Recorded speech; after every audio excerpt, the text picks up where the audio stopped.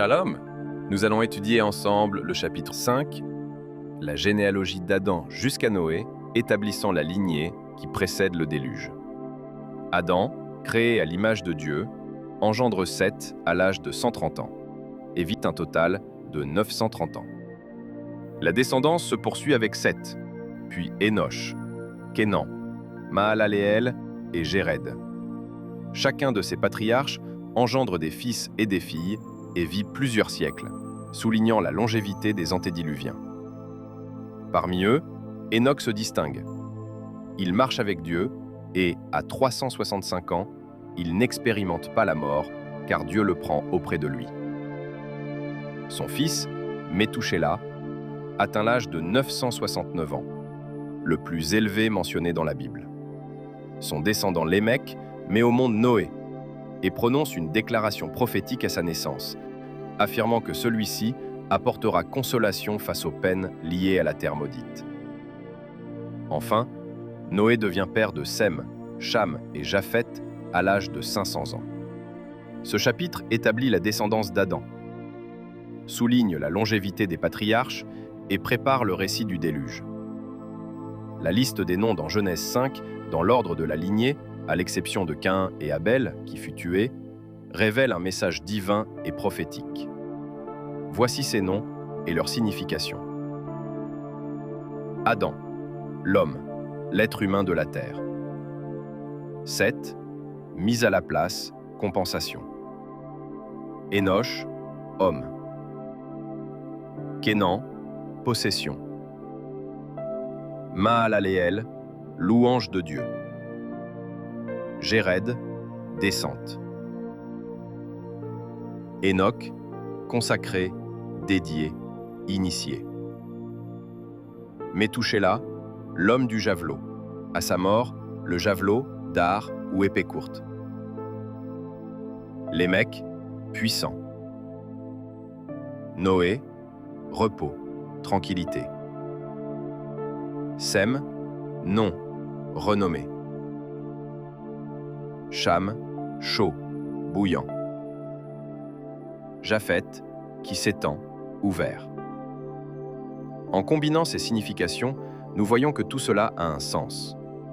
La phrase prophétique est « L'homme tiré de la terre est compensé par l'homme qui possède la louange de Dieu.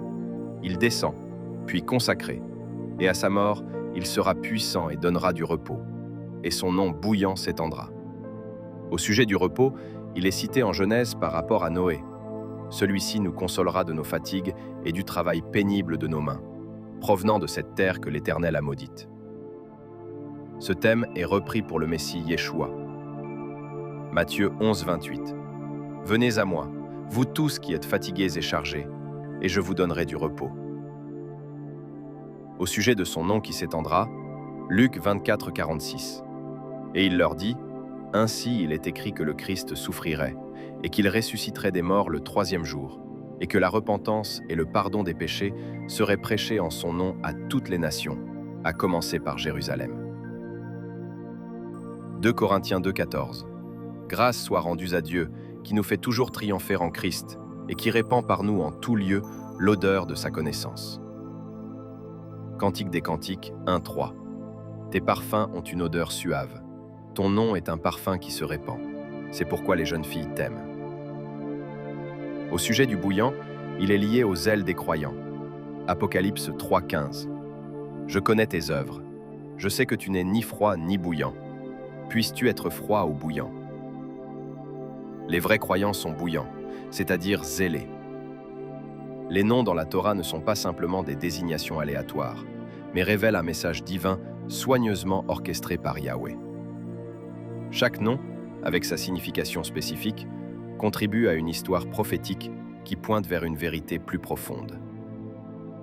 Cette séquence de noms commence avec Adam, représentant l'homme tiré de la terre, et traverse des thèmes de compensation, de louange divine, de descente et de consécration, pour culminer avec des notions de puissance et de repos, comme illustré par Noé. Cette trame narrative s'achève et trouve son apogée en Yeshua, Jésus, dont la vie et les enseignements complètent et éclairent ces messages anciens. Yeshua est celui qui offre le repos ultime, une promesse réitérée dans Matthieu 11, 28.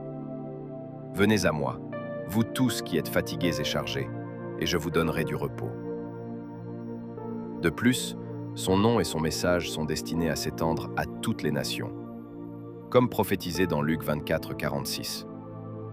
La signification des noms, avec leur précision et leur profondeur, démontre une orchestration divine que seule l'intelligence de Yahweh pourrait concevoir. Il révèle une continuité et une cohérence qui traversent toute l'histoire biblique, convergeant vers l'accomplissement ultime en Yeshua, le Messie. À travers ces noms, nous voyons la main de Yahweh à l'œuvre, guidant l'humanité vers une compréhension plus complète de son plan et de son amour infini. Ainsi, en examinant ces noms et en comprenant leur portée, nous reconnaissons que toute la gloire revient à Yahweh pour l'éternité, en son Fils bien-aimé, Yeshua, qui incarne et réalise ce plan divin. À lui la gloire pour l'éternité, en son Fils Yeshua.